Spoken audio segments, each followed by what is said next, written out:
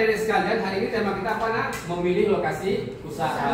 Lokasi usaha itu penting nggak? Penting banget kira-kira.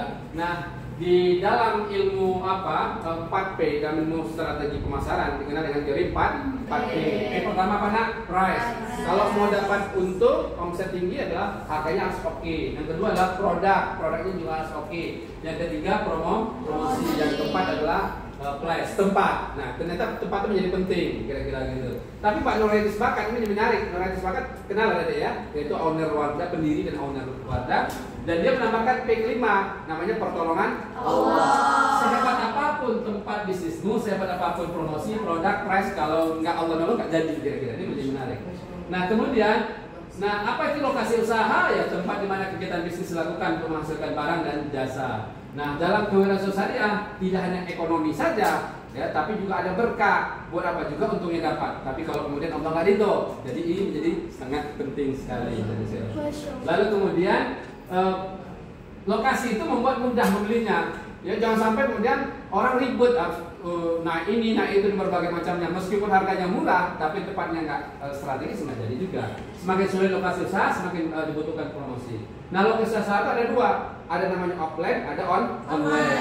Nah, offline itu ya tempat yang kebanyakan yang kita lakukan hari ini. Tapi online juga banyak juga dilakukan hari ini.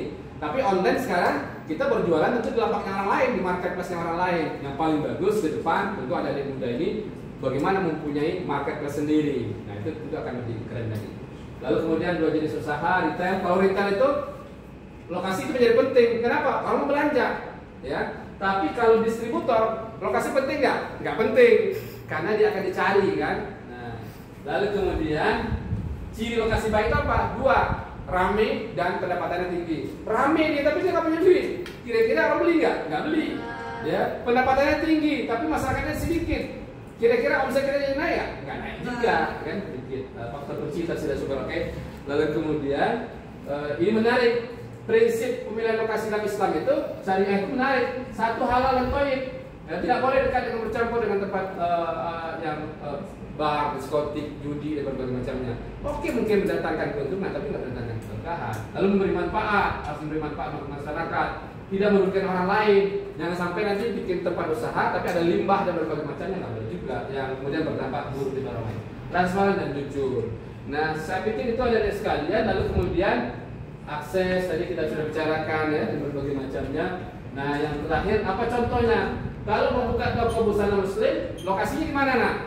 Dekat dengan masjid, tentu dekat dengan kampus Islam, AI di Jakarta, UI dan berbagai macamnya kan? Ya, jangan sampai kemudian kepada itu. Kedai kopi halal di mana tempatnya itu dok? Itu dekat kantoran, kampus juga dekat. Boleh juga mungkin dosennya lagi butuh kopi gitu kan. Lalu koperasi syariah, klinik herbal tentu di kawasan pemukiman. Ada yang memahami itu? Kuncinya sederhana, action, dan action. Kasih tepuk tangan, benar-benar ada punya bisnis.